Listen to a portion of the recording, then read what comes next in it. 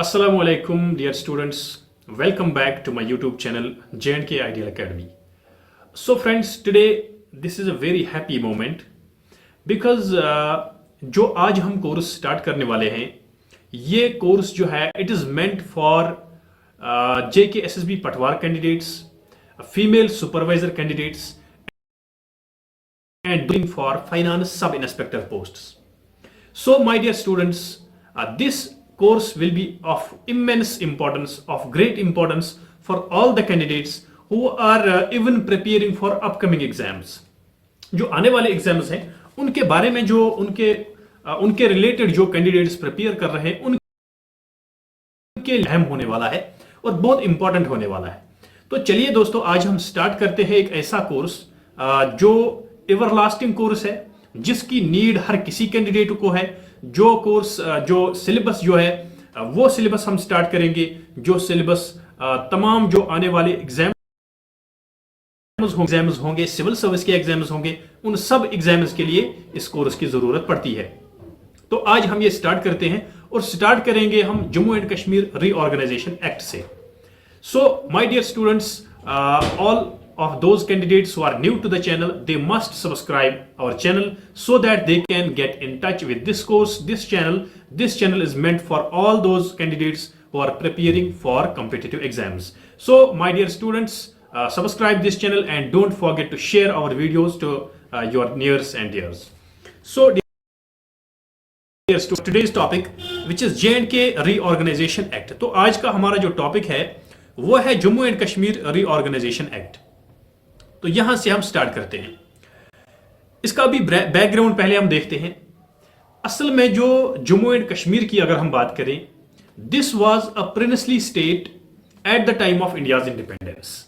तो इंडिया की इंडिपेंडेंस के टाइम पे, उस टाइम पे ये it was one of those 562 princely states जो उस टाइम एग्जिस्ट होते थे इंडिया में. Now a question may be arising in your minds. What is this princely state? अगर हम princely states की बात कर रहे हैं तो 562 जो princely states exist होते थे इंडिया में, वो princely states क्या थे? So, dear students, the princely states were nothing but they which were administered by the local rulers. ठीक है, जिन पे local rulers हमारे ये रूल कर रहे थे. तो लोकल रूलर्स जो थे वो यहां पे रूल कर रहे थे और ब्रिटिशर्स का उस प्रिंसली स्टेट की एडमिनिस्ट्रेशन में कोई अमल दखल नहीं होता था. With Jammu and Kashmir state. Now when India was granted independence on 15th of August 1947, तो उस दिन क्या हुआ? उस दिन जो इंडियन इंडिपेंडेंस एक्ट था, उस एक्ट के प्रोविजंस के मुताबिक, उस एक्ट के प्रोविजंस के the princely states they were given 3 choices. उन प्रिंसली स्टेट्स को 3 चॉइसेस दी गई. पहली चॉइस तो ये दी गई कि आप अगर चाहें तो इंडिपेंडेंट रह सकते हैं. ठीक है, तो यहां पे थोड़ा सा जिक्र करेंगे इंडिपेंडेंस. ठीक है, पहली उनको चॉइस दी गई इंडिपेंडेंस की. तो दूसरी चॉइस ये दी गई कि आप चाहें तो पाकिस्तान के साथ मिल सकते हैं. ठीक है, तो तीसरी चॉइस ये दी गई कि आप इंडिया के साथ भी मिल सकते हैं. So these were the 3 choices which were granted to all the princely states.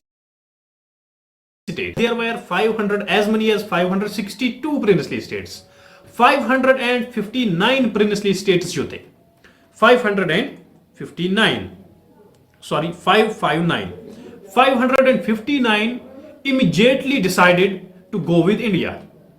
तो 559 जो थे उन्होंने डिसाइड कर लिया अपना फेट. तो उसके बाद क्या हुआ? उसके बाद 3 प्रिंसली स्टेट्स रह गए, 3 प्रिंसली स्टेट्स, एंड इनमें से जम्मू कश्मीर भी एक था. ये थे हैदराबाद, जूनागढ़ और जम्मू एंड कश्मीर. हैदराबाद में लेटर ऑन हैदराबाद में पुलिस एक्शन की वजह से वो भी इंडिया के साथ उसका एक्सेशन हुआ. उसके बाद जूनागढ़ का किंग जो था उसने भी डिसाइड कर लिया कि मैं इंडिया, कश्मीर जो था Jammu कश्मीर's fate was still hanging।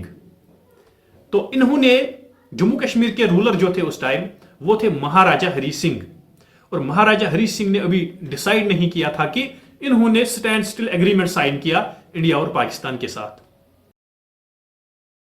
थी, ये एक स्टैंड स्टिल पे रह गई। इसके बाद क्या हुआ? इसके बाद पाकिस्तानी ट्राइबल्समैन ने अटैक करके लालच में आके ये सोचा कि हम इसको पाकिस्तान के साथ मिला देंगे, लेकिन this was a foolish act committed by the Pakistani tribals, foolish act. ठीक है, इसके बाद क्या हुआ? इसके बाद महाराजा हरी सिंह ने उन्होंने इंडिया से मिलिट्री हेल्प मांगी, और इंडिया ने एक कंडीशन पे इनको मिलिट्री हेल्प दे दी कि अगर आप इंडिया के साथ एक्सेशन करें तो फिर आपको मिलिट्री हेल्प दी जाएगी। And the instrument of accession was signed on 26th of October 1947। 26 अक्टूबर 1947 पे इंडिया ने इंस्ट्रूमेंट ऑफ एक्सेशन साइन किया। किसके साथ? जम्मू एंड कश्मीर के रूलर जो थे हरी सिंह, महाराजा हरी सिंह, इन्होंने एक इंस्ट्रूमेंट ऑफ एक्सेशन साइन किया। किसके साथ? जो इंडिया था उसके साथ। ठीक है, so at that time Jammu and Kashmir became the integral part of India and still exists to be an integral part of India and will always be an integral part of India as a result of that instrument of accession which was signed by Maharaja Hari Singh with Jawaharlal Nehru। तो यहां पे बहुत सारी political changes आई, और जब तक 2019 का साल आ पहुंचा। अब 2019 में क्या हुआ? The BJP government, Bharatiya Janata Party government, it had in its election manifesto to abolish the Article 370। ठीक है, Article 370 को abolish करना, Article 370 को मतलब एब्रोगेट करना, जो स्पेशल स्टेटस प्रोवाइड कर रहा था जम्मू एंड कश्मीर को, तो उसको एबॉलिश करना, उसको एब्रोगेट करना, it was in the manifesto of Bharatiya Janata Party। Now, when the Bharatiya Janata Party came into power in May 2019, in August 2019, the Bharatiya Janata Party presented a bill in the Legislative Assembly, the Parliament of India।